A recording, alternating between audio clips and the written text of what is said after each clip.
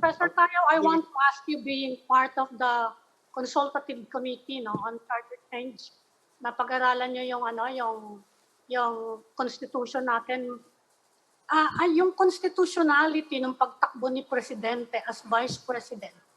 Is there anything stopping him?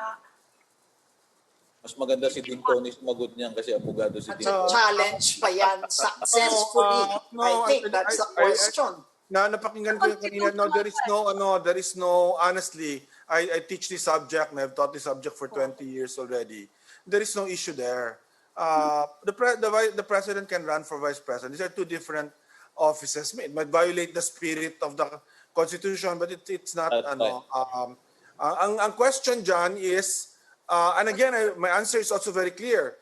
Let's say if it's Bongo and, di ba, I mean, I find it actually strange yung resolution, di ba? If I'm not wrong, ang final di ba is ask the president to run as vice president and for him to choose.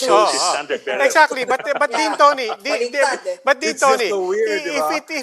if it as you says violates the spirit of the Constitution, then aren't we just lawyering up on basically something you already said? It violates the spirit of the Constitution. In the meantime, it does create a path, a playbook for somebody to become president for life.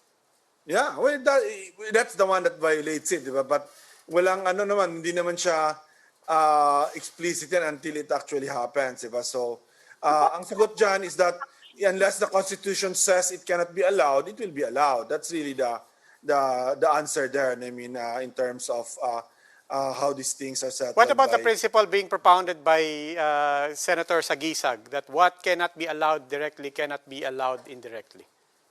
Well, you're already assuming there, di ba?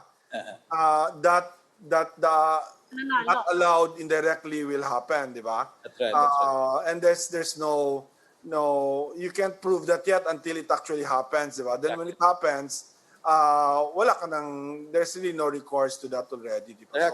There has to be an actual controversy that will be pending in the Supreme Court. Am I right, Tony?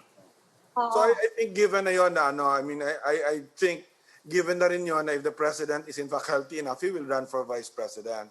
But you think it's a valid concern? Let me just insert this, because I'm sure somehow someone will ask the question, will the president actually consider running as a vice president? My answer is simply that the administration is keeping its options open.